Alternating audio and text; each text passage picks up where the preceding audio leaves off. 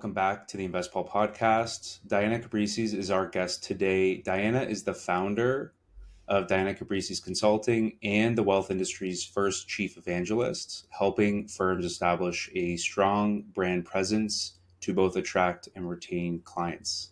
Diana, thanks for coming on. Thank you so much for having me. I'm super excited to have this conversation. I guess, maybe as a good starting place, what is a brand evangelist and what exactly can they support with the wealth industry? Yeah, so it's a great question because a lot of people hear the word evangelist and they immediately think, okay, this is some sort of religious cult kind of thing. And that's not what my goal is here in the space, having launched a fractional brand evangelist company. The term evangelist, yes, has some religious roots, but in the secular world, it's very much your advocate, somebody who's passionate about the product you're selling, but also the problem that you're solving, and goes out into the marketplace, sort of your, like I like to say, charismatic torchbearer, and lights up the market with your message and does it in a really fun and engaging way that maybe you as a company don't necessarily have the time to do on your own, or maybe you don't have the resources, the human capital. I always say the CEO struggle is real, right? My clients are tech companies in this space. So wealth tech companies, fintech companies, and CEOs are busy. They are raising money. They're, working on their calendar, as you very well know, I don't know Cameron, what you're talking about. trying to really run the business. So I found this opportunity to come in and say, hey, well, I'm really good at doing this stuff. I'm good at fresh positioning and creative marketing and doing it on video and audio and going out and speaking on stages. Let me do this for you. But at its core, a brand evangelist is someone who's passionate, who amplifies, your messaging, and again, does it in a fun and creative way. Yeah, very interesting. And I know, one of the key themes we like to talk a lot about with our clients is around how community is so important now. Like, every product essentially does the same thing. And how do you end up differentiating yourself? This is more with, I'll call it retail investment firms out there. Mm. But curious to pick your brain on, besides the community aspect, on why brand is so important in the industry now. Well, you said it perfectly. The problem that firms are facing right now, whether you're a wealth management firm or you're a technology or solutions provider, is this sort of commoditization of what you do, the saturation in the market. And so, how do you stand out? How do you become the pink crayon in the box of black crayons, if you will? And I think that, again, putting dynamic people on the front lines is a really good way to do that. But also, instead of just selling all the features and the product itself, you're focusing on the transformation. So it's definitely, hey, here's why this is important to you, whoever that end client looks like, if it's an investor for wealth management firms or if it's an advisor for tech solutions. Here's what that end transformation looks like for you. Here's why you need this in your business. Here's the struggles you're facing now. Oh, and here's our product. And then you can talk about the features. A lot of firms lead with services and features, but we should be instead leading with transformation. People don't buy information, they buy transformation. So having, again, dynamic people who can do this well, who can speak well, who can write well, whatever that looks like for you, because a brand evangelist isn't just a great speaker. They might be a really great writer who can write killer blogs and killer copy for your website or, any other areas where you're showing up in your go-to-market strategy, and they're doing it in an engaging way that people want to stop and say, well, what is this? I want to listen to this, or I want to read this. Okay, very interesting. I know you talk a lot about the reliability factor. I'm curious if you could elaborate on what that means and how that relates back to the brand of that wealth firm.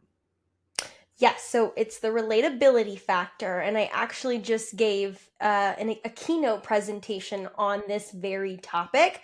And it does tie in beautifully with my entire business model, but also just what we're talking about here in general with branding, right? How can advisors be more relatable in their businesses? And the relatability factor is really coming down to, this is a relationship business, right? And at the end of the day, people buy from people. They don't buy from businesses. So that is so important for an advisor. to position themselves front and center and be accessible, right? Relatability is about accessibility. It's about driving emotional connection. It's about being completely authentic and allowing people to kind of get a sneak peek, if you will, into your life, or a behind the curtains of, hey, I'm a human. I really care. Here's why I care. And that can be done in all sorts of ways, right? Humanizing the brand, video, audio, also storytelling. Like, here's my story as an advisor, and here's some photos of my family. So getting a little bit personal there. I break down the relatability factor into 3 C's. I'll just share that with you quickly. So competence, it's really about how easy you make it for people to work with you. You should be showing your competence. For example, your website, it should be really easy to contact you off your website. I still see advisors using forms on their website. That doesn't seem very competent, and it's not accessible. And then you have character, which is the second C, and this is your brand's personality. It's how you show up on your website. It's how you show up in your marketing materials. Are you using video? Are you driving emotional connection there? Or is it just all text, which is kind of hard to emotionally connect to? And then the third C is confidence. And this is about how much you, as a financial advisor, believe in yourself, but also how you share that belief with the world. You have to brag about yourself a little bit because people don't know how awesome you are. But it's also what other people are saying about you too. So a bit of your street cred there. Would you recommend a advisor to establish like a vlog, like a behind the scenes on a day in the life? Is that too personal?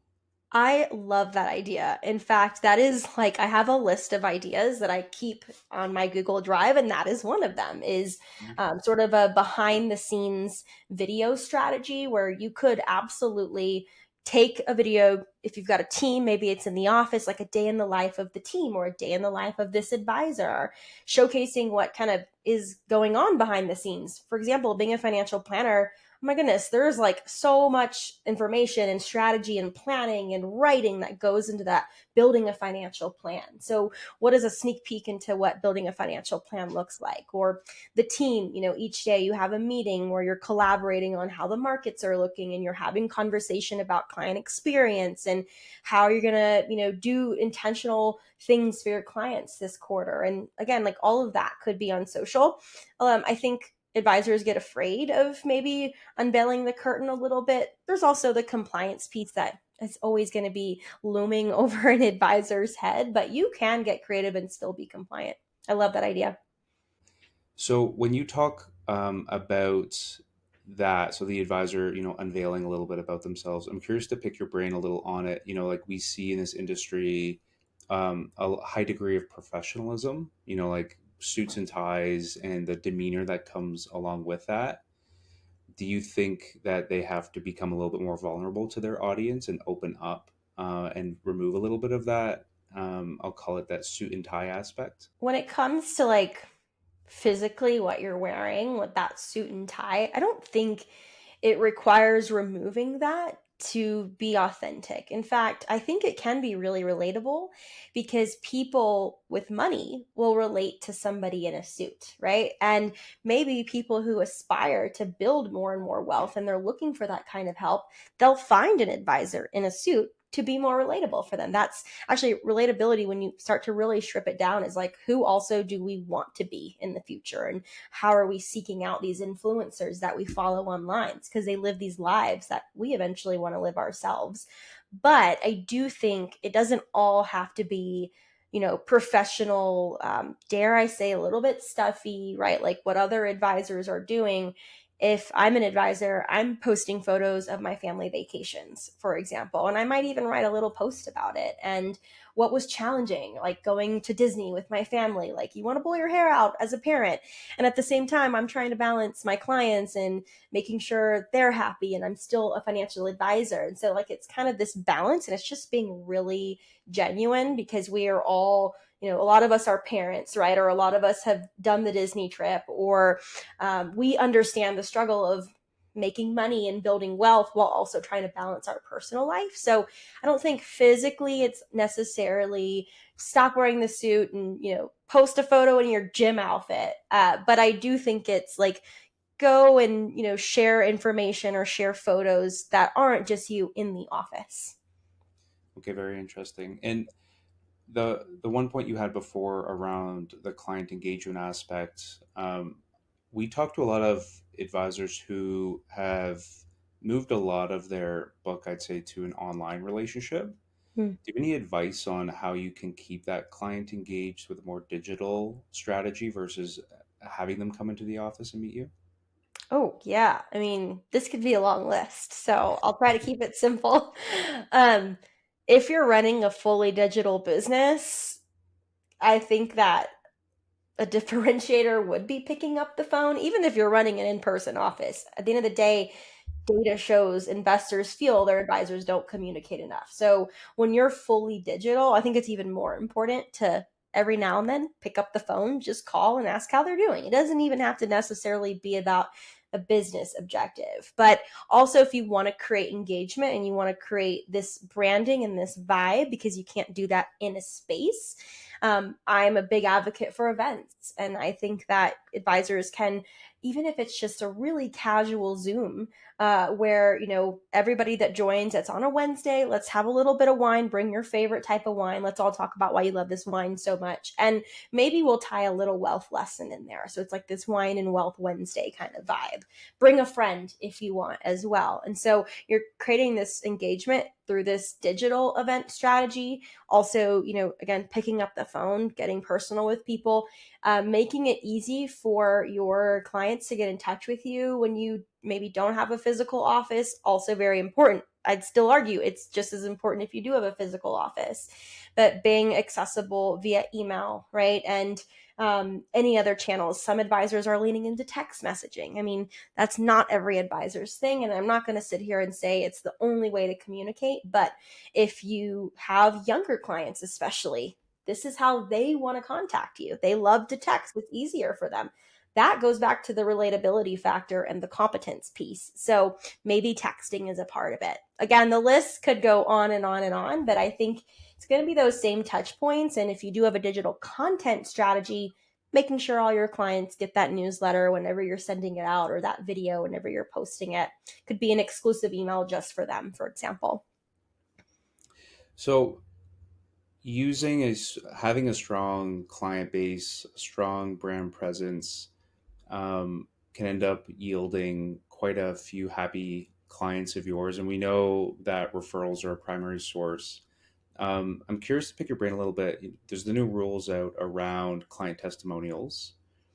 What is a compliant way for an advisor to start implementing that, start tapping into that engaged client base that they have developed to be an advocate for other clients?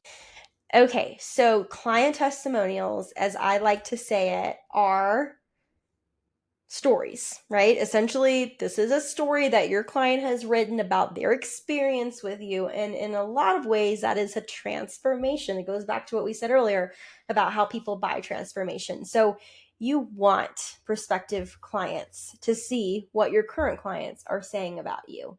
I did a presentation the other week for the IARFC. They're the I believe it's Independent Association of Registered Financial Consultants, beautiful conference at the Biltmore Estate in Asheville. And I talked about this exact topic. My presentation was called Stories That Scale. And my thesis, because I always have a thesis in my presentation, it's something that's memorable. And most people only remember, I think, about 7% of anything that you present. So you always want something memorable. Was that client stories are scalable referrals that sell. And what I mean by that is if you get a referral, right, one person is telling one other person about you, and that person reaches out to you. And there's this sort of trust transfer going on there. But if you take that story and you digitize it in the form of a written testimonial and you put it on your website and you put it on social media, now tens, hundreds, even thousands of people can get exposed to that story. So to that referral, right? So it becomes that recommendation.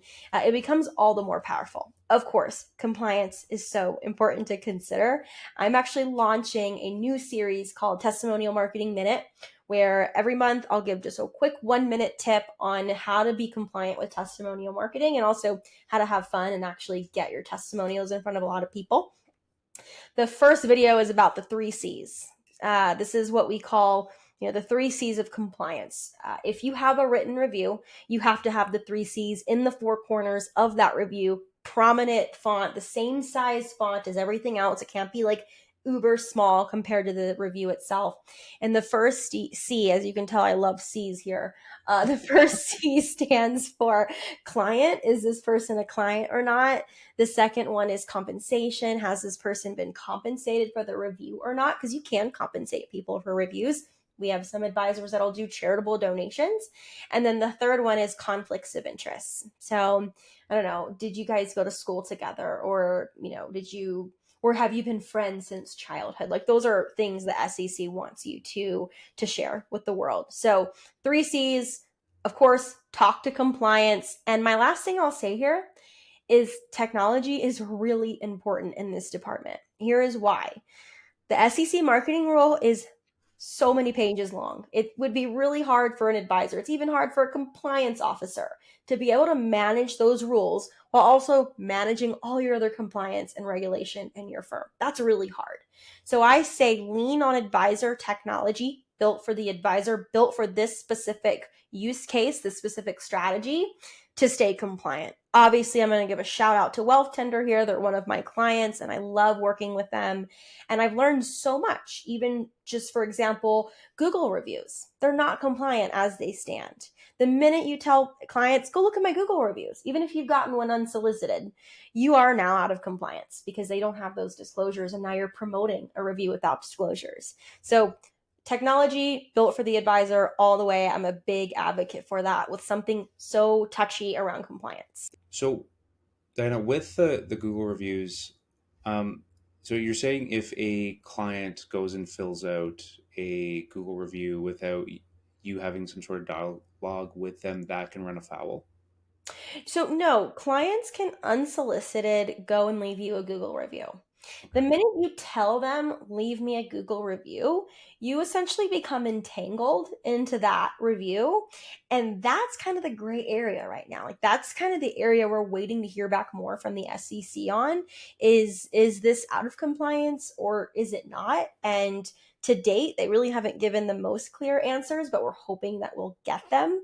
But what I was saying is the minute that you start promoting that Google review, let's say they did leave it for you, if you start promoting that as it stands, it is not compliant because they don't have the disclosures. Yes, you could take those reviews and import them to your website and make them compliant.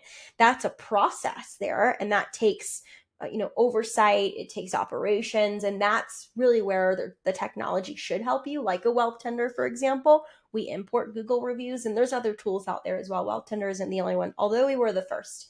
But it's just a gray area. And I would say, if I were an advisor and I didn't want to face what I know could come from the SEC, because they have been putting out risk alerts and they have been getting really serious about cracking down here, then I would probably try and stay away from promoting or soliciting reviews on Google. If clients want to leave it, awesome. But I would stay away from doing both of those things.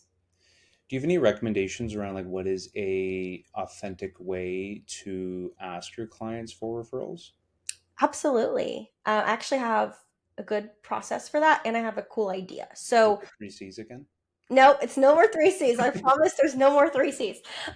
Okay, so the first format is you have to send an email to all your clients simply because the SEC doesn't want you to be cherry picking your top favorite clients. And I have a template that actually I could share with any of your listeners. Maybe we'll link it in the show notes. But essentially, you're just reaching out and saying, hey, thanks so much for allowing me to be your advisor. It's been such a joy to help you. I was wondering if you'd be interested in writing a little bit about your experience so that I could potentially help other people similar to you who need my help, right? So you start to kind of connect the dots there for them. Like, this isn't just about you. My mission is bigger and I want to help other people who need help. And that does something emotionally as well to clients, because they're like, absolutely, I want to help somebody else out there who needed help, needs the same help that I needed at the same time. And so it's a simple email. Like, you literally just say that. If you're interested, no pressure. You can click this link here and leave me a review, or simply hit reply. Like, if you don't use a tool, they can hit reply. The idea that I have around this, that I actually is not my idea. An advisor shared it with me and I thought, wow, this is so creative. He sent out an email on his birthday, and he basically told everyone, hey, it's my birthday, woohoo. And there's like a little balloon, a picture of him. And he said, in exchange for, like an actual gift. I can't remember exactly how he said it, but I'm looking, it's like a different way of saying, congratulations or gifting to me this year. I would love if you would write me a review. Share your experience about working with me. You don't ever want to say, like, tell people how your portfolio grew. Like, that's definitely out of compliance, because it really shouldn't be about investment performance. And he sent that email out, and he was like bombarded by the end of the day with all of his clients like responding and like saying all these really cool things about him. And ever since he shared that strategy, I share it with other advisors, and they're always like, oh my God, I'm going to try that. And then they'll come back and be like, hey, I tried that thing. It was freaking awesome. So that, for all your listeners, if you're an advisor thinking about getting started with testimonials, your birthday is a great time to ask. I love that because it's part of that, like unveiling a little bit on being a bit more authentic and, asking them for help for a change instead Yeah. of you being the help center. I love that. Agreed. Mm-hmm. Well, Dana, maybe we'll park her there. I really do appreciate you coming on the show today. A lot of interesting tidbits. If anyone's interested in learning more about the work you do, about brand evangelism, so I said it Got right. it. That's good. Where can they find you? So many different places, but I'll simplify it. First off, if you go to my LinkedIn, because I'm gonna plug that first, because I'm always on LinkedIn posting helpful content for advisors. Just search my name, Diana Cabrices. Obviously, you'll include it in the show notes, but if you're just listening in, Cabrices is cab, like the taxi cab, rice, and then an S at the end, which I know is ridiculous, but that's how you can find me. I also have a YouTube channel, and I upload all of the events that I do. So I host a lot of live learning sessions for advisors. They're engaging, they're very educational and informative. And so you can learn about all the different marketing strategies on my YouTube, which is also my first and last name. I have an email newsletter list, and maybe I can give you the link, Cameron, to include in the show notes as well. But if you want to subscribe to any of my events, where I'm going to be, any of my other marketing tips and tricks, I send out an email as well. I promise I won't spam you, but you can also get to that on my website, which is dianacabrices.com. And absolutely tune in, learn more about what brand evangelism is, who is it for, and I'm always available if you have any questions. Okay, wonderful. Diana, thank you so much for coming on. Yeah, thank you for having me. Take care.